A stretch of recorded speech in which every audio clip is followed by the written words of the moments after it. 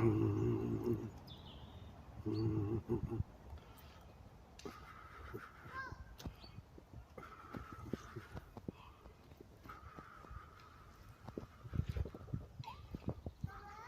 now in the gardens with the pond that has a little island in the middle where Robert Louis Stevenson played as a child and inspired the book.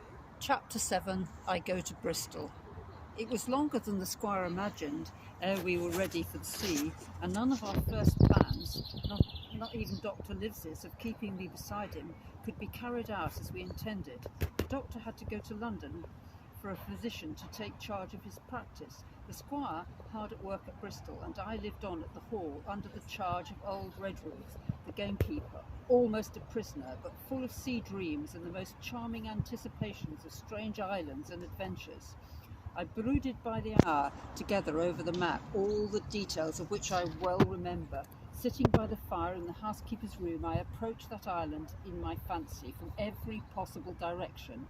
I explored every acre of its surface. I climbed 1,000 times to that tall hill they call the Spyglass, and from the top enjoyed the most wonderful and changing prospects. Sometimes the isle was thick with savages with whom we fought, sometimes full of dangerous animals that hunted us, but in all my fancies nothing occurred to me so strange and tragic as our actual adventures. So the weeks passed on, till one fine day there came a letter addressed to Dr. Livesey with this addition: to be opened in the case of his absence by Tom Redruth or young Hawkins. Obeying his order, we found, or rather I found, for the gamekeeper was a poor hand at reading anything but print, the following important news. Old Anchor Inn, Bristol, March the 1st, 17. Dear Livesey, I do not know whether you are at the Hall or still in London. I send this in double to both places. The ship is bought and fitted. She lies at anchor ready for sea. You never imagined a sweeter schooner. A child might sail her, 200 tons, named Hispaniola. I got her through my old friend Blandley, who has proved himself throughout the most surprising trump. The Admiral fellow literally slaved in my interest, and so I may say did everyone in Bristol, as soon as they got wind of the port we sailed for, treasure I mean. Redruth, I said, interrupting the letter, Dr. Livesey will not like that. The squire has been talking after all. Well, who's a better right, growled the gamekeeper. A pretty rum if squire ain't talked for Dr. Livesey, I should think. At that I gave up all attempt at commentary and read straight on. Blandley himself found the Hispaniola, and by the most admirable management got her for the merest trifle. There is a class of men in Bristol monstrously prejudiced against Blandley. They go to the length of declaring that his honest creature would do anything for money, that the Hispaniola belonged to him, and that he sold it to me absurdly high, the most transparent calumnies. None of them dare, however, to deny the merits of the ship. So far there was not a hitch. The work people, to be sure, riggers and what-not, were most annoyingly slow, but time cured that, and it was the crew that troubled me. I wished a round score of men, in case of natives, buccaneers, or the odious French, and I had to worry for the deuce itself to find so much as half a dozen, till the most remarkable stroke of fortune brought me the very man I had required. I was standing on the dock when by the merest accident I fell in talk with him.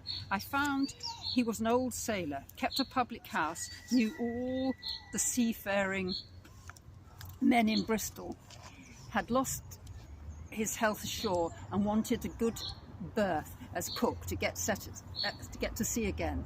He had hobbled down there that morning, he said, to get the smell of the salt. I was monstrously touched, so would you have been, and out of pure pity I engaged him on the spot to be the ship's cook.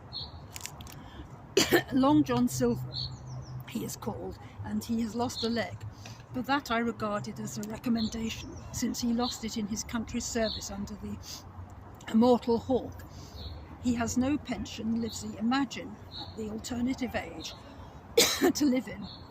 Well, sir, I thought I had only found a cook, but it was a crew I had discovered. Between Silver and myself we got together in a few days a company of the toughest old salts imaginable, not pretty to look at, but fellows Their faces of the most indomitable spirit. I declare we could fight a frigate. Long John even got rid of 2 out of the 6. Now 7 I had already engaged. He showed me in a moment that they were just the sort of freshwater swabs that we had to fear in an adventure of importance. I am the most magnificent health and spirits, eating like a bull, sleeping like a tree. Yet I shall not enjoy a moment till I hear my old tarpaulin tramping round the capstan. Seaward ho, hang the treasure. It's the glory of the sea that has turned my head. So now, Livesey, come post. Do not lose an hour if you respect me. Let young Hawkins go at once to see his mother with Redruth for a guard, and then both come full speed to Bristol. John Trelawney. Postscript.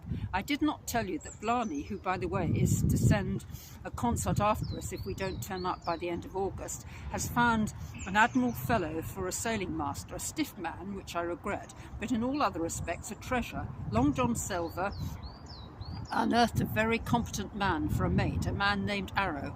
I have a boatswain who pipes, Livesey, so things shall go a man's war fashion on board the good ship Hispaniola. I forgot to tell you that Silver is a man of substance. I know of my own knowledge that he has a bank account which has never been overdrawn. He leaves his wife to manage the inn, and as she is a woman of colour, a pair of old bachelors like you and I may be excused for guessing that it is the wife quite as much as the health that sends him back to roving. JT. P.P.S. Hawkins may stay one more night with his mother. JT. You can fancy the excitement into which that letter put me. I was half beside myself with glee, and if every despised a man, it was old Tom Redruth, who could do nothing but grumble and lament, and any of the under gamekeepers would gladly have changed places with him. But such was not the squire's pleasure, and the squire's pleasure was the law among them all. Nobody but old Redruth would have dared so much as even grumble. The next morning he and I set down on foot to the Admiral Benbow, and there I found my mother in good health and spirits. The captain, who had so long been a cause of so much discomfort, was gone where the wicked cease from troubling. The squire had been everything repainted, and the public rooms and the sign repainted, and had added some furniture, above all a beautiful armchair for mother in the bar. He had found her a boy as an apprentice also, so that she should not want help while I was gone. It was on seeing that boy that I understood for the first time my situation.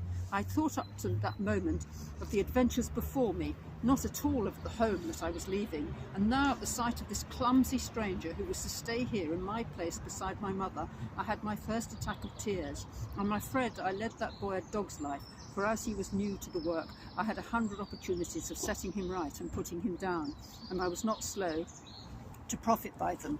The night passed, and the next day after dinner, Redruth and I were afoot again and on the road. I said goodbye to my mother and the cove where I had lived since I was born, and the dear old Admiral Benbow, since he was repainted, no longer quite so dear. One of my last thoughts was of the captain, who had so often strode along the beach with his cocked hat and his sabre-cut cheek, and his old brass telescope. Next moment we had turned the corner, and my home was out of sight. The mail picked us up at about dusk at the Royal George on the Heath. I was wedged in between Redruth and a stout old gentleman, and in spite of the swift motion and the cold night air, I must have dozed a great deal from the very first, and then slept like a log up hill and down dale through the stage after stage, for when I was awakened at last, it was by a punch in the ribs, and I opened my eyes to find that we were standing still before a large building in a city street, and that day had already broken a long time. "Where are we?" I asked. "Bristol," said Tom. "Get down." Mr. Trelawney had taken up his residence at an inn far down the docks to superintend the work upon the schooner. Thither we had now to walk, and our way, to my great delight, lay along the quays, and beside the great multitude of ships of all sizes and rigs and nations. In one, sailors were singing at their work; in another, there were men aloft, high over my head, hanging on to threads that seemed no thicker than a spider's. Though I have lived by the shore all my life, I seem never to have been near the sea till then. The smell of the tar, the salt, was something new. I saw the most wonderful figureheads that had all been far over the ocean. I saw beside many old sailors with rings in their ears and whiskers curled in ringlets, and the tarry pigtails in their swaggering, clumsy sea walk. And if I had seen as many kings or archbishops, I could not have been more delighted.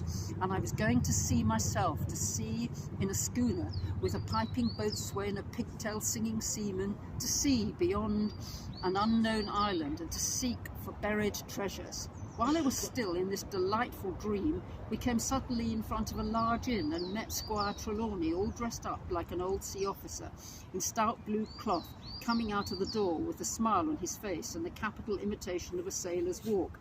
"Here you are," he said, and the door came at last from London. "Bravo! The ship's company complete." "Oh, sir," I cried, "when do we sail?" "Sail," he said, "we sail tomorrow."